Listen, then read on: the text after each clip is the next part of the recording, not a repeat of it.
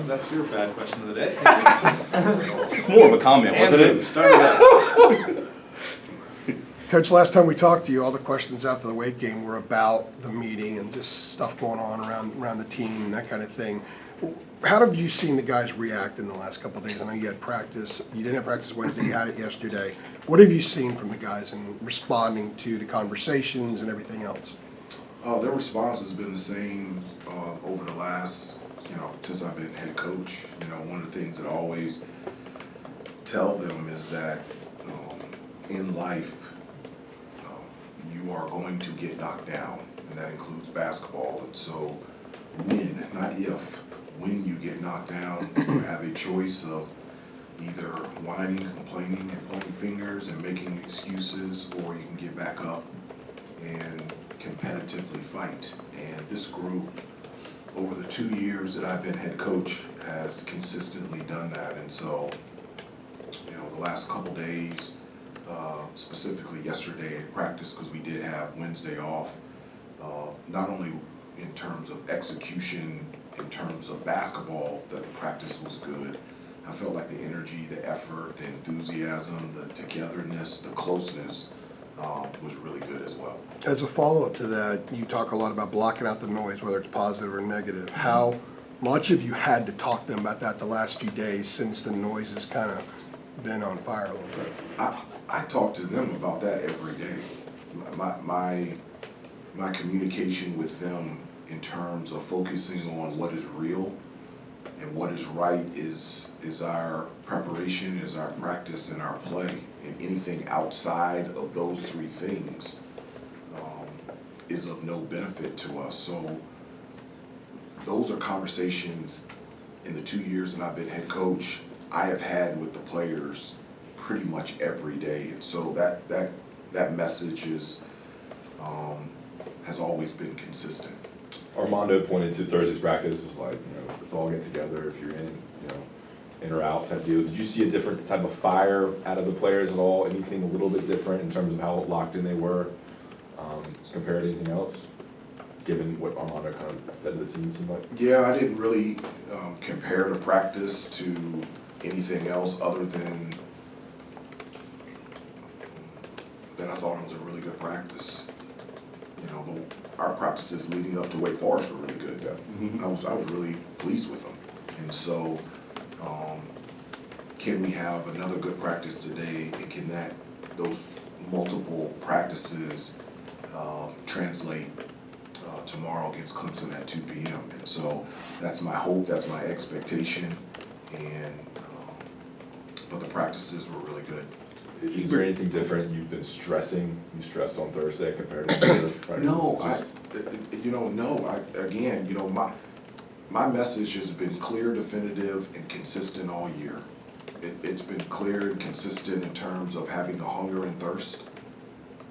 It's been clear and consistent that we have to get consistent in terms of the discipline and the details that allow us to be successful out there on the floor, on both ends of the floor. I've been consistent with them in terms of, in order to play here at Carolina, you have to have a love for basketball, a love for your teammates, and a love for this place. And so those are things that I've talked to this year's team, since this year's team has come together in the late summer. And so my message has not changed, my message has not wavered, and the reason why it hasn't wavered is because that's what I feel like this team needs. Is there something that's been overly frustrating? Because you've been saying in the last 5 minutes that the energy's been great, the practices have been great. What's been the most frustrating thing about the last week or two in your mind? I wouldn't characterize it as frustrating. Even though things don't go the way that you want them to go, I can't be frustrated with them. I enjoy coaching them. I enjoy being around them. I enjoy the process of growing with them. And so linking frustration to this team, I just can't do. I've just never been there with them, and I never will.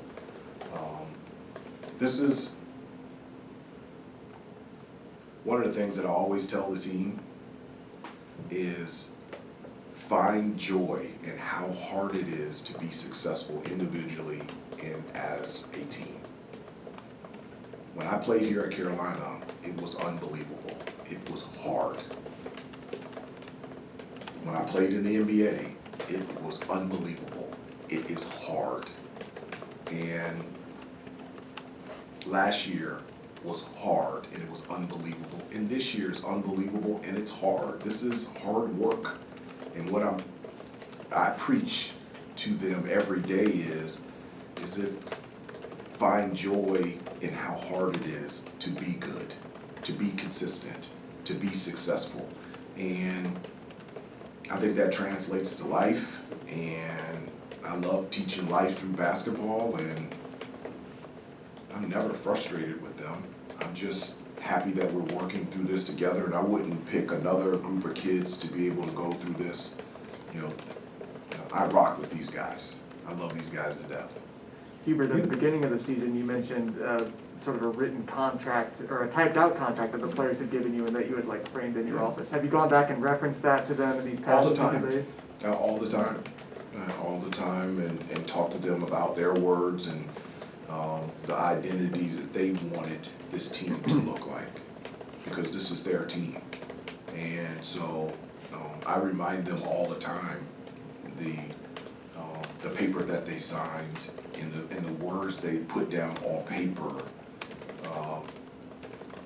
to show what type of team they wanted to be on both ends of the floor. And so I think it's great to remind them.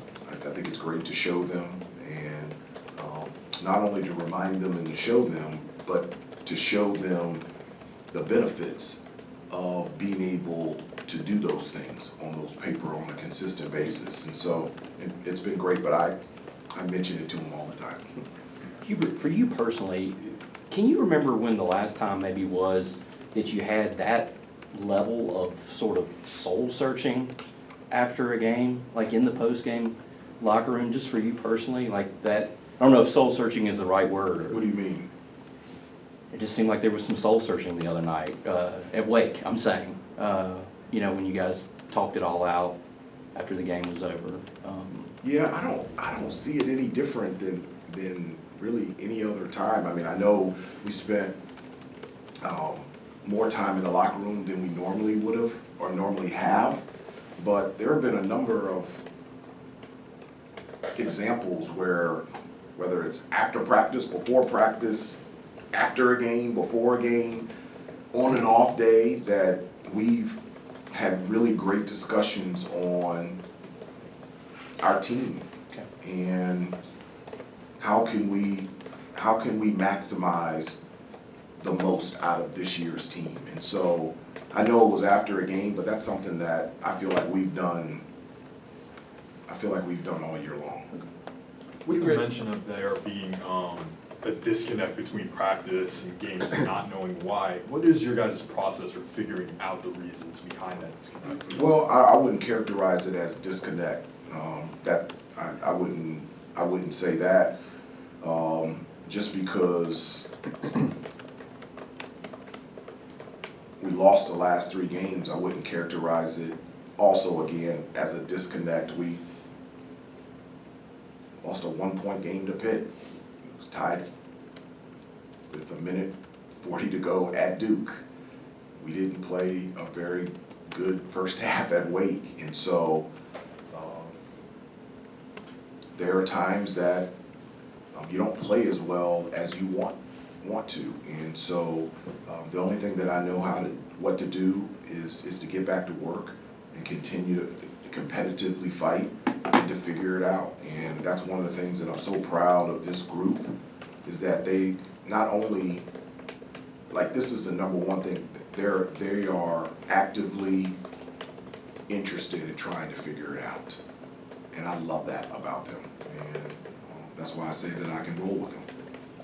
I know that Hubert, you guys only took 18 3-pointers against Wade. How much is that, not necessarily in the number, but how much is that maybe a model moving forward in terms of just how they were more maybe discerning in taking that shot as opposed to the 27 previous 2 games? Yeah, it's hard, you know, because I don't have a number. You know, I don't mind 27 if we make 27. And so, I just feel like, I think it's been consistent all year that, from an offensive standpoint, two things. One, not the last couple weeks, but we've been really good in transition. And I think we've done a really good job of attacking the basket, whether through post or penetration, that allows us to score there. Our percentages are higher there, and it allows us to get to the free throw line. So that's the thing that I'm looking at. And so whether we shoot 27 or 5, I'm not looking at a number. I'm looking at where we are really good offensively, and are we consistently going to that, or are we settling? And so it's not necessarily a number, it's what kind of shots are we taking? Are we settling for outside jump shots? And so, you know, at times we settle for outside jump shots when we can attack the basket, and that's something that we have to consistently not do. Going back to the other night, I know you don't speak to what the guys say when they talk to us, but I'm gonna tell you what they said anyway and get your thoughts on it.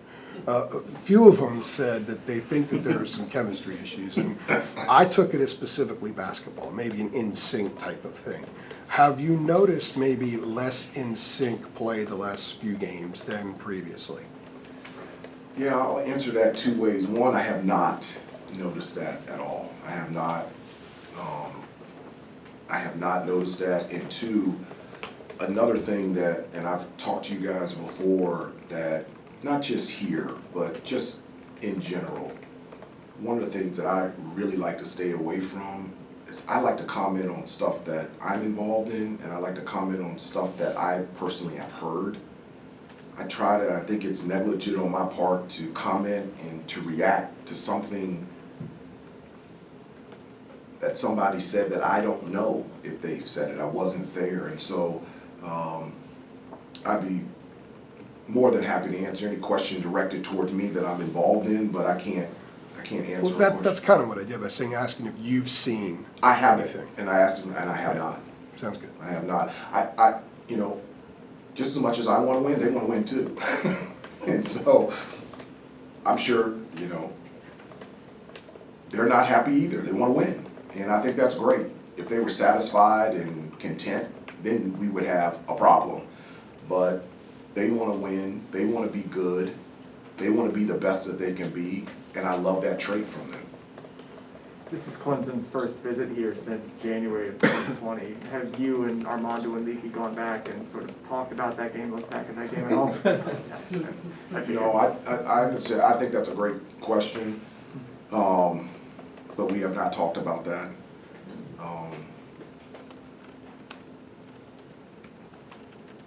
I think this year's Clemson team is so good that our conversations and our attention need to be on this year's team. And so,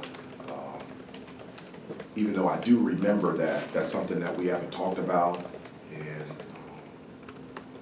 because our full attention needs to be on this year's Clemson team, which Coach Brownell has done a fantastic job with this group. What stands out to you about them, about Clemson? A number of things. They're outstanding defensively. I think percentage defense-wise, they're one, especially in conference play.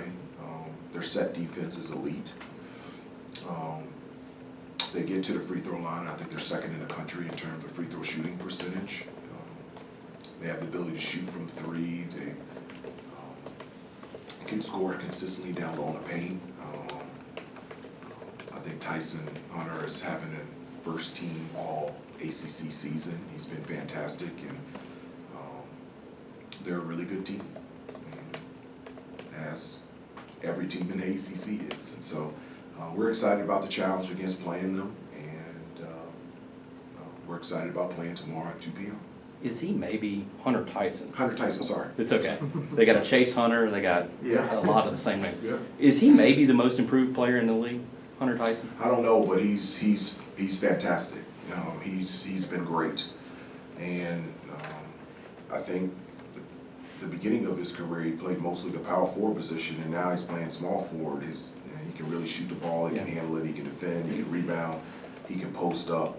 I think the number one thing that I really love about his game is he competes. I mean, he's a competitor, and he's fun to watch, and it'll be fun to compete against him tomorrow. When Armando fouled out on Tuesday night, that was pretty early into the second half, we saw Tyler Nickel come in and get a lot of significant minutes.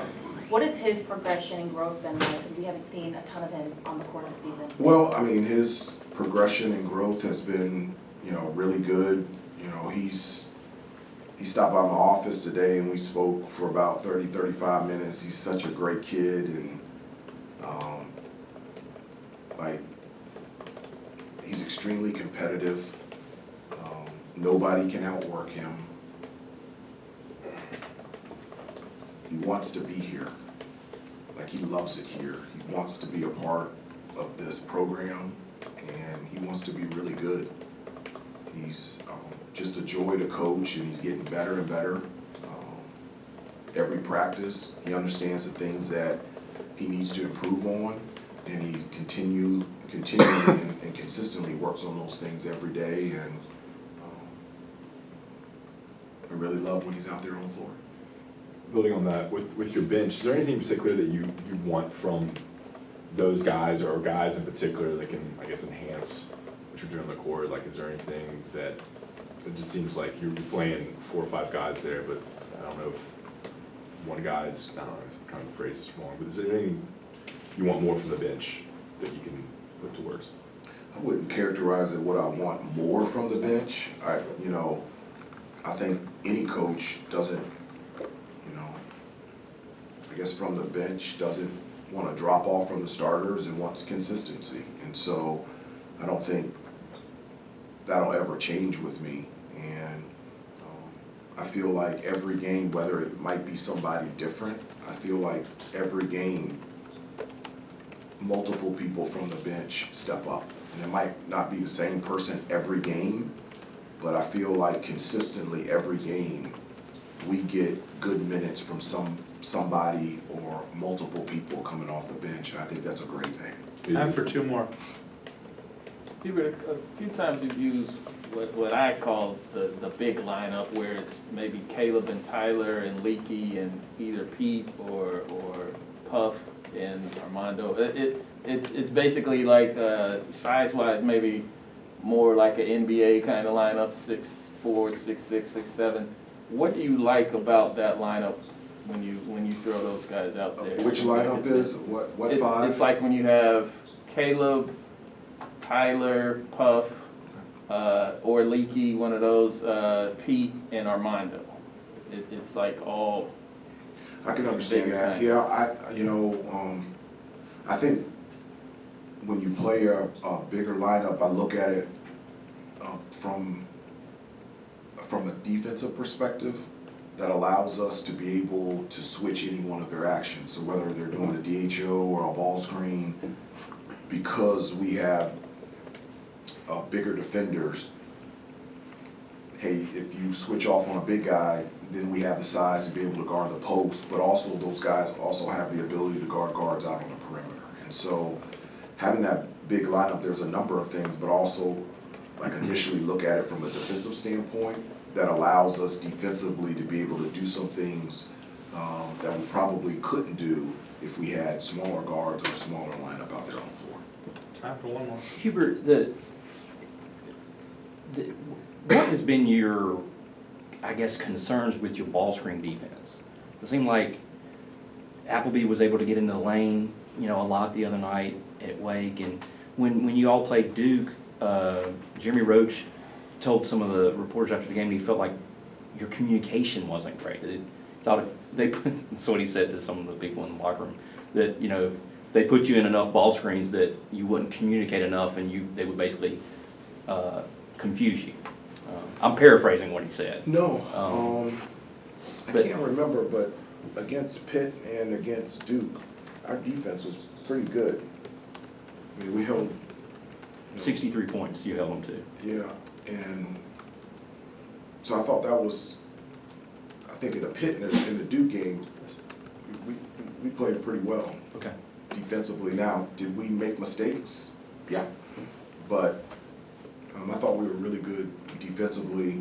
We did not have an answer for Appleby. We just didn't, and he controlled the entire game.